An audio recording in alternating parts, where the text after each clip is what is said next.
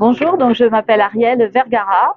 Je suis DRH adjointe donc au département de la Gironde, donc au sein de la direction des ressources humaines. Je m'occupe d'un domaine qui s'appelle relations et prévention. Voilà, et qui couvre en fait tout le champ de la relation avec les agents, l'ensemble des managers, et puis tout le champ de la dimension de la santé, de la sécurité, de la QVT, du télétravail, des conditions de travail, des modes de travail aussi qui évoluent très vite, tout le champ de l'action sociale aussi envers les agents, des prestations sociales.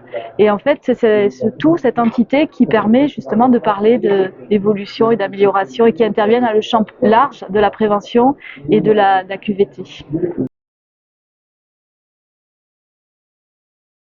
Alors, un premier enjeu, c'est d'inscrire en fait cette politique QVT et prévention dans le projet d'administration départementale. C'est un des axes prioritaires de ce projet d'administration.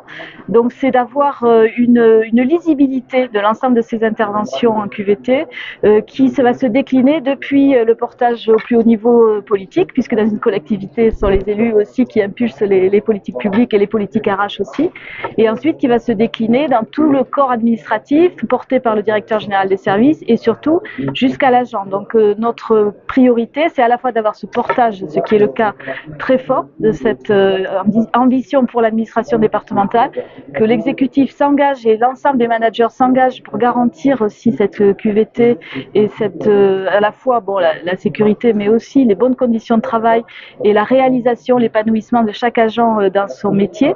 Et puis le deuxième enjeu, c'est aussi que chaque agent se sente, c'est-à-dire qu'on ait ce mouvement descendant et remontant, acteur, impliqué et à l'initiative aussi d'actions concrètes qui améliorent son sentiment de bien-être au travail, puisque c'est quand même ça la QVT aussi, c'est un sentiment de bien-être individuel et collectif qui contribue alors on ose parler un peu de performance même si on est dans le champ public, mais disons qui contribue en permanence à l'amélioration du service que l'on rend en fait.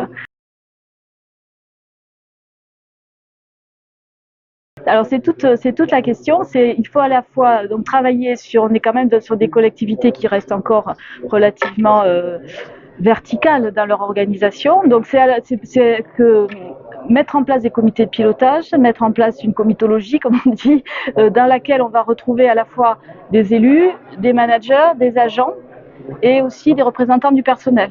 Donc avoir vraiment des instances d'échange, de partage, de validation. Donc le dialogue social et les représentants du personnel, donc c'est aussi un lieu très important pour nous dans cette mise en œuvre et ce dialogue au niveau des instances, pour l'instant le CHSCT par exemple. Donc déjà c'est aller tous dans le même sens à partir d'un document là que l'on présente en fait, y compris en assemblée plénière. Donc c'est un document un peu stratégique cadre qui donne à la fois des jalons, des perspectives, des ambitions partagées, des valeurs partagées. Ce que nous demandent nos élus, par exemple, c'est de vraiment considérer chacun de nos agents comme une personne à part entière. Ça paraît évident, mais de ne pas la saucissonner. Je sais pas, moi je dirais, le service formation, le service recrutement, le service mobilité, chacun voit un bout, le service santé au travail, voilà, c'est vraiment de se travailler en pluridisciplinarité pour qu'on considère déjà les agents au travail dans leur globalité, que le système de management soit aussi intégré, et que, in fine, c'est surtout l'agent, on le disait tout à l'heure, qui est expert de son métier, qui puisse s'exprimer, qui puisse participer, qui puisse contribuer, qui puisse être valorisé aussi dans ses initiatives et souvent on dit son ingéniosité du quotidien, quoi, parce que si les agents sont acteurs et n'attendent pas que les choses arrivent, tout de suite ça change les liens. Et donc l'idée c'est d'améliorer donc tout ce qui est vertical, horizontal, puisqu'on travaille dans les départements, on est répartis sur des territoires, des grands territoires. C'est pas une institution qui est très centralisée, au contraire. Donc ça aussi, travailler l'horizontalité en faisant se rencontrer sur des sujets communs, des agents qui vont intervenir dans le champ, par exemple, je le redis, dans un collège, sur une route, dans un point jeunesse, par exemple, ou dans une maison de la solidarité.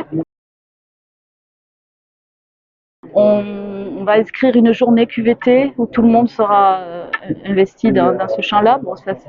On met en place aussi un réseau de vendangeurs, on appelle ça des vendangeurs d'initiatives qui vont aller chercher des initiatives qui sont pas vu normalement. On met en place avec les laboratoires d'innovation, des cercles de legs où on va transmettre des compétences. On travaille avec les collègues en gestion prévisionnelle des emplois et des compétences. On a des coachs, des médiateurs. Alors je le place parce que tout à l'heure je ne l'ai pas fait. On met aussi en place et on forme nos agents. On a la chance de vivre dans un département où il y a beaucoup de forêts aussi. Donc par exemple, on met en place des bains de forêt, des sessions qui relèvent aussi de la gestion du stress, de la lutte contre un peu oui, l'angoisse et puis tout ce qui peut être RPS. On essaye plein de choses, voilà.